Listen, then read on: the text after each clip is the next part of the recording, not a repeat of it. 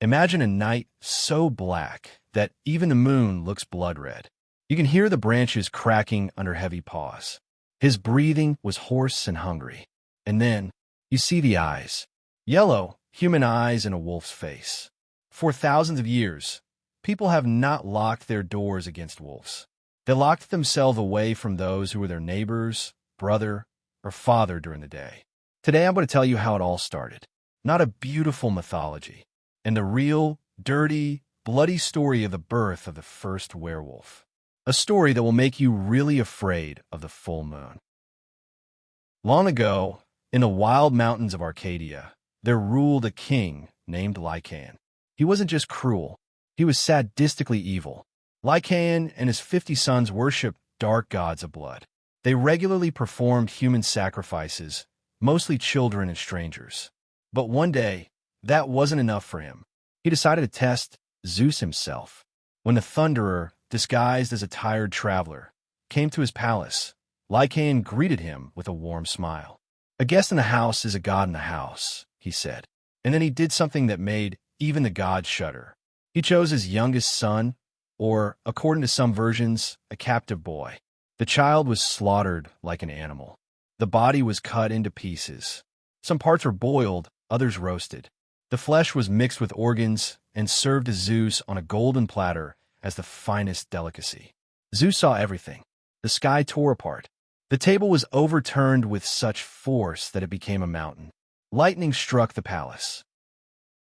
Then Zeus looked straight into Lycaon's eyes and spoke words that still echo in nightmares. "You wanted me to eat human flesh? You wanted to see the beast in me? Then from now on, you will be the beast among beasts."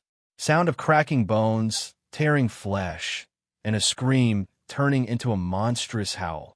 Lycaon's skin split open. His bones twisted and lengthened with a sickening crunch. His hands became paws with black claws.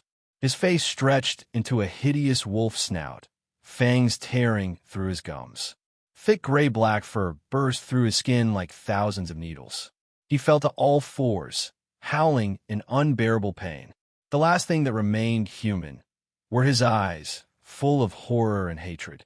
Lycaon became the first werewolf. But Zeus didn't stop there. They say the curse spread like black blood across his entire bloodline. Some of his sons were killed by lightning. Others began to change as well. Since that night, the mountain has been called Mount Lycaon, the Wolf Mountain, and Zeus was worshipped there as Zeus Lycaeus, the wolf Zeus. It is said that if a person eats human flesh during a ritual on that mountain under a full moon, the door opens again to it became a mountain. Lightning struck the palace. From that night on, the fear of werewolves began to devour humanity. Among the Slavs, they were called Fokalaks.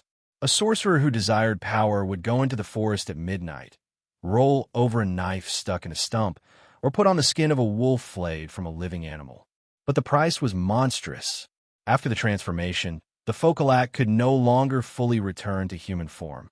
He carried the scent of a wolf and a hunger that could never be satisfied.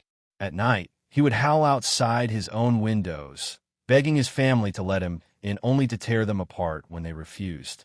In the Middle Ages, things became even worse. People began actually hunting werewolves. In 1589, in Bedburg, Germany, they tried a man named Peter Stump, the werewolf of Bedburg. He confessed that the devil had given him a magic belt that allowed him to turn into a giant wolf. Over 25 years, he had killed and torn apart dozens of people, including his own children. He was executed horrifically. His body was torn with hot pincers, his head was cut off, and his corpse was burned. But even after that, the villagers still heard howling at night. So here's the real truth. Lycaon didn't just become a wolf. He opened a door between man and beast.